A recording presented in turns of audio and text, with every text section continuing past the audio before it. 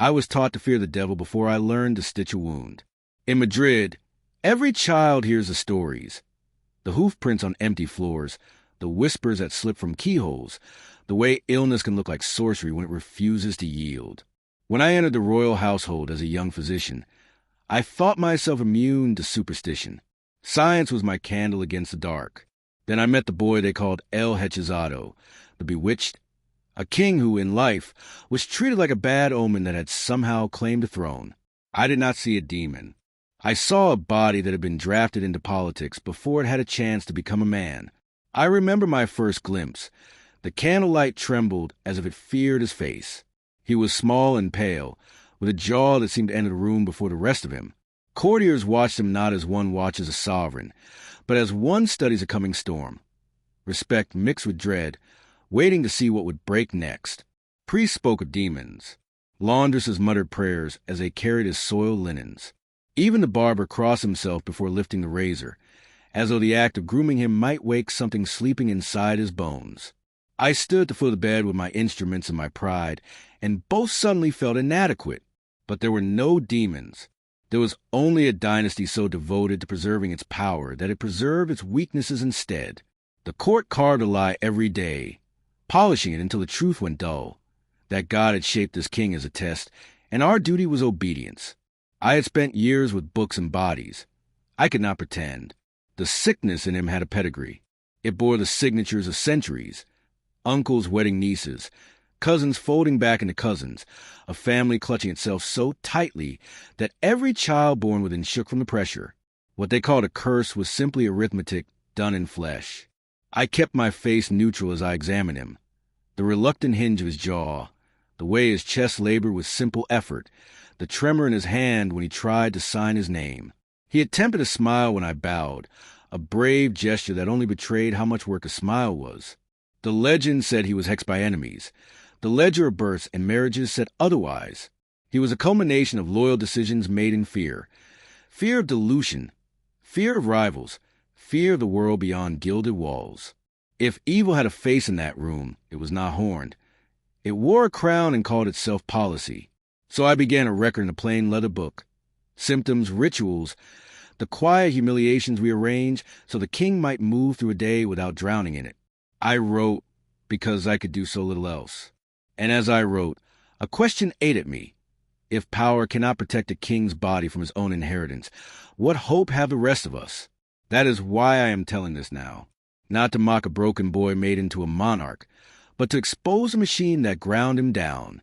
The curse, if one must name it, was a dynasty itself, and I intend to show how it ruined its own blood. I learned to cure men by first learning to read them. The rattle in the chest, the yellowing of the eye, the stutter in a pulse. But to understand this king, I had to learn to read paper, baptismal ledgers, marriage dispensations, letters between cousins who called each other beloved and signed as sovereigns. In those pages, the Habsburgs built a machine they mistook for immortality. Its instruction was simple. Keep the blood pure, keep the crowns united, keep the strangers out. Each generation obeyed, and each generation paid. I sketched the family onto a large sheet, so that even a fool could see it. The lines did not climb like a tree. They curled back on themselves, a serpent eating its own tail. Uncles married nieces. Cousins married cousins.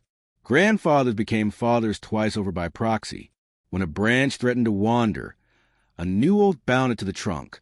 The confessors called this prudence. The ministers called it strategy. In the nursery, it looked like swaddling a child so tightly he could not learn to kick.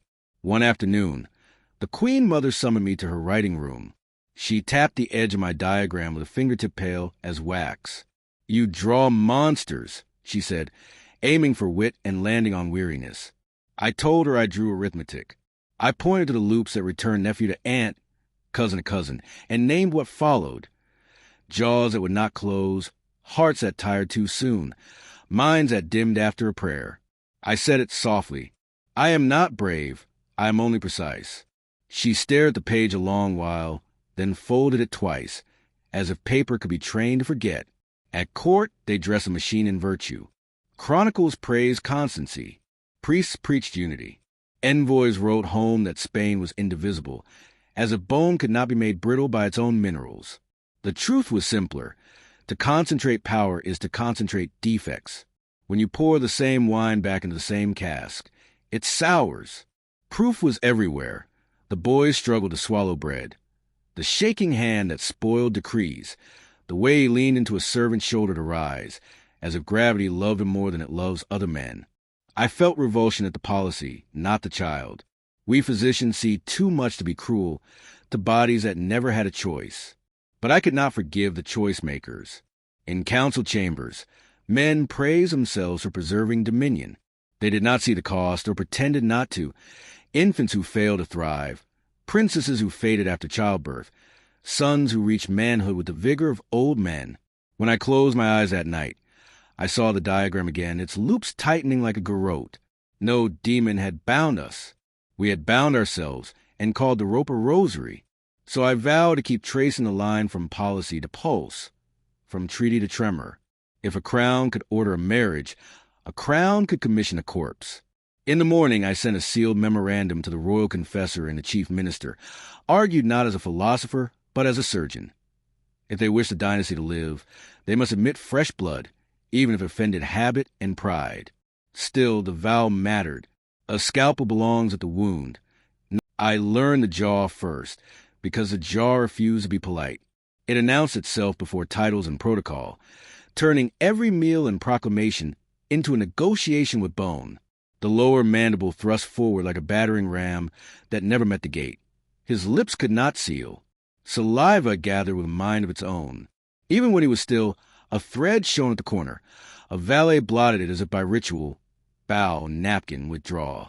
Ambassadors learned to keep their eyes high, as if the middle distance could spare us all the shame. The first state dinner I attended in his presence, the kitchen sent triumphs. Larks and pastry, trout glaze and verjus, almond paste. We sent much of it back. His courses arrived as if for an infant. Broths, soft puddings, meats crushed into a gray submission. Even then it was labor.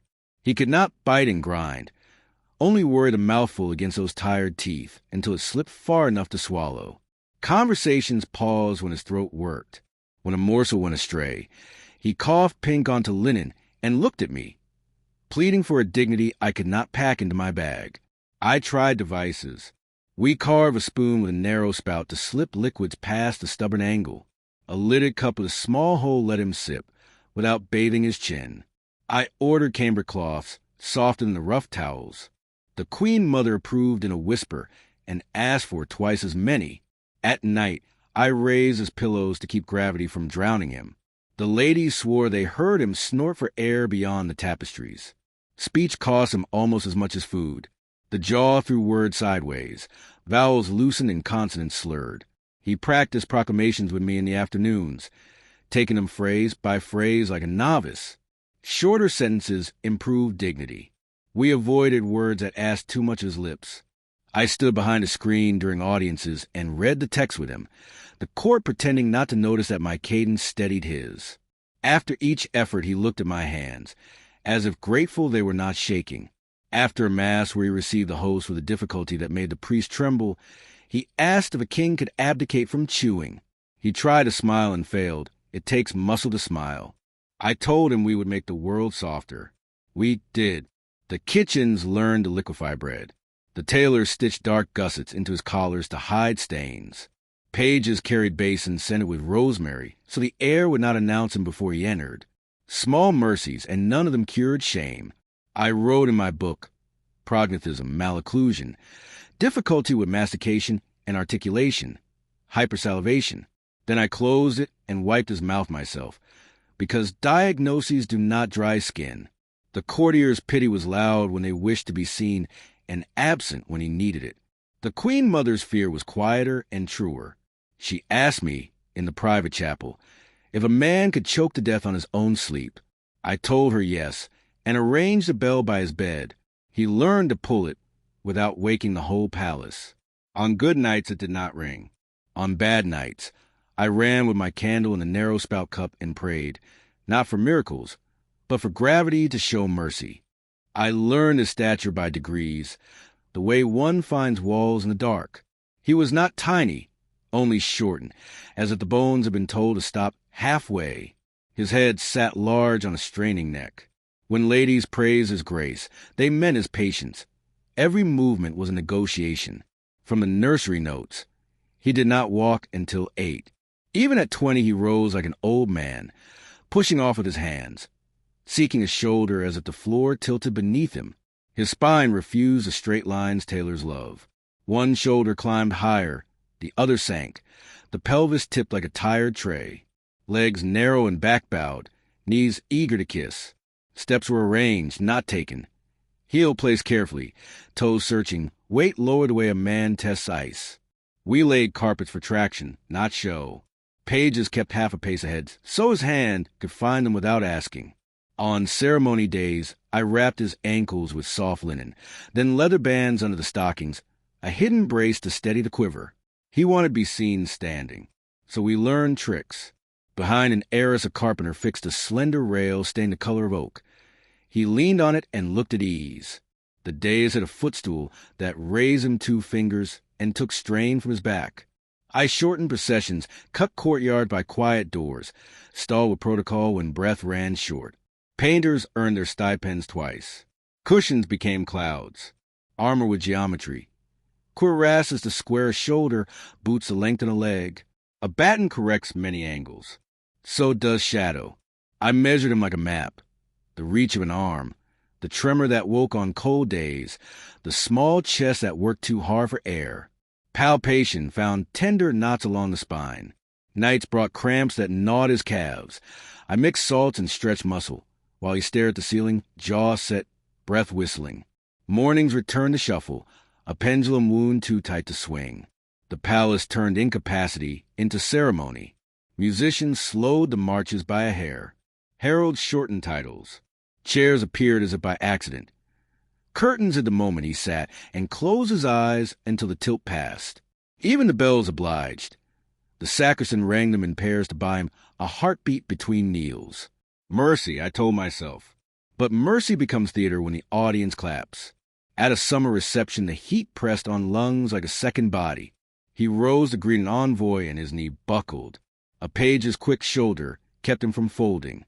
A gasp, then silence, our most faithful courtier. Later I found the joint lax and warm. He confessed, like a boy, he feared the ladder to his bed. We installed rails. He gripped them without pride or complaint. Courage is not always a charge. Sometimes it is a refusal to fall twice. I wrote more than the jaw, curvature of the spine, weakness of the limbs, breath that tires with effort, nocturnal cramps, delayed motor skill. A list cannot hold a man, but it can warn the men who come after. The single deformity had become a system, and the system demanded a court to carry it. To love him was to become furniture he could lean on. Many did, until their backs ached too. I learned his mind not from tests, but from the places where it slipped. Letters tired him. Numbers angered him. He could trace a clean A in the morning, and failed to know it by vespers.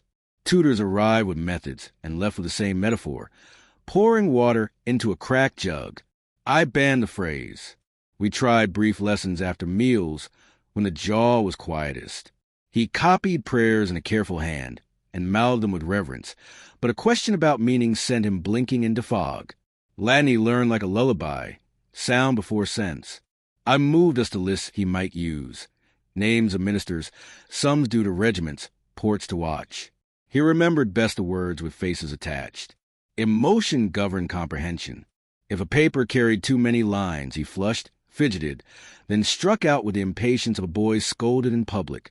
On the worst days, the ink bottle toppled, the pen snapped, and the briefest struggle with a button summoned a storm.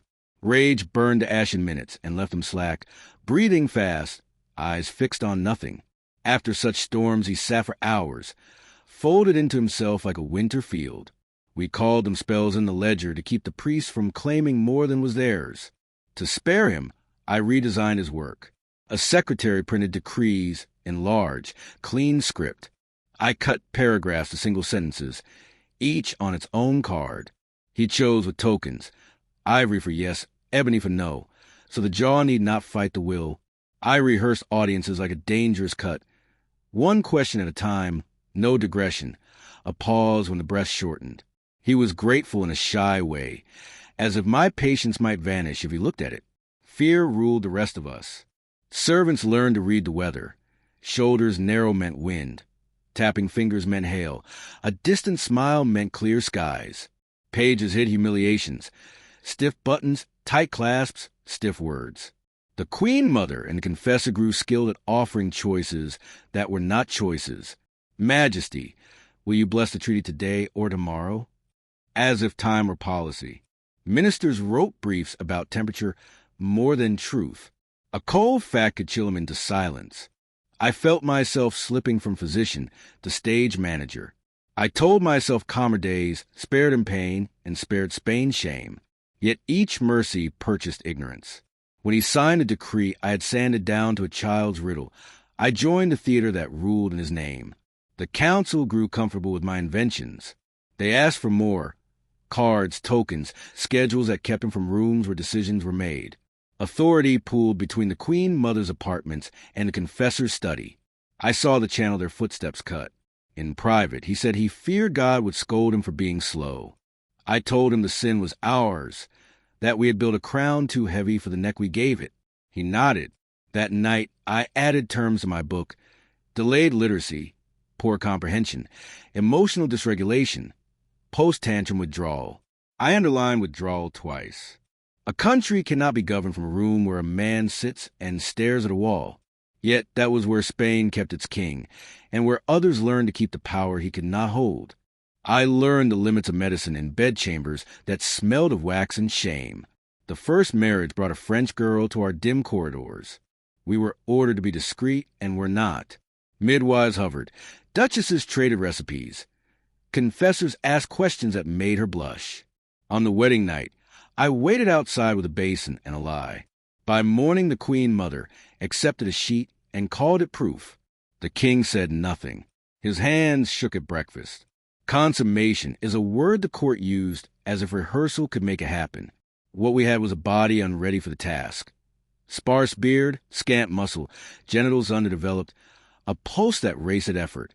He approached duty as he approached stairs, slowly with help, and often not at all. I examined him gently and wrote only what was necessary. Insufficient function. Probable sterility. I sealed the page. Truth, in palaces, is a dangerous tincture. Maria Louise did what frightened girls do. She smiled, rode, prayed, and submitted to remedies our ancestors mistook for science. Steams, herb fumigations, tonics of crushed pearls and deer horn, hot stones on the belly, cold cloth below. The king drank mixtures stiff with spice, and staggered from them more dazed and desirous. Confessors prescribed chastity. Ministers prescribed vigor. Physicians trapped between prescribed theater. Each month the palace counted days like money and came up short. Europe watched. The French whispered that Spain's incense masked impotence. Envoys folded his private misery into public strategy. I wrote memoranda pleading that blame be kept from the Queen. The answer was more regimen. She rode harder, fasted longer, prayed later. She grew thin, then ill. When she died childless, the court performed grief and rehearsed hope. A second wife, a second chance. Maria Anna arrived with a pedigree famous for fertility. Her sisters filled nurseries. She carried confidence like a torch. Again the sheets, the whispers, the walking on eggshells around a bed crowded with advice. I returned to my sealed page and wished a miracle. The new queen endured examinations I would not wish on an enemy.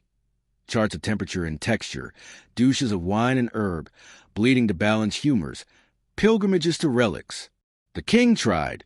God knows he tried. What his body could not begin, it could not finish. In council the blame circled the women like a hawk. I said what no one wished to hear. A womb is not a forge that makes steel from air. Silence answered me, then pageantry. More doctors, more recipes. A charlatan waved magnets and swore the moon would assist. I watched the queen bite her lip, and the king stared at his hands as if they had betrayed him. A dynasty cannot be maintained by witnesses and prayers. Yet that is what we gathered, witnesses, prayers, and a ledger of empty months. I wrote new terms in my book. Failure to consummate, suspected sterility, iatrogenic exhaustion, of the consorts. I added a line I wish were unnecessary. Succession precarious. Spain has yoked medicine to policy.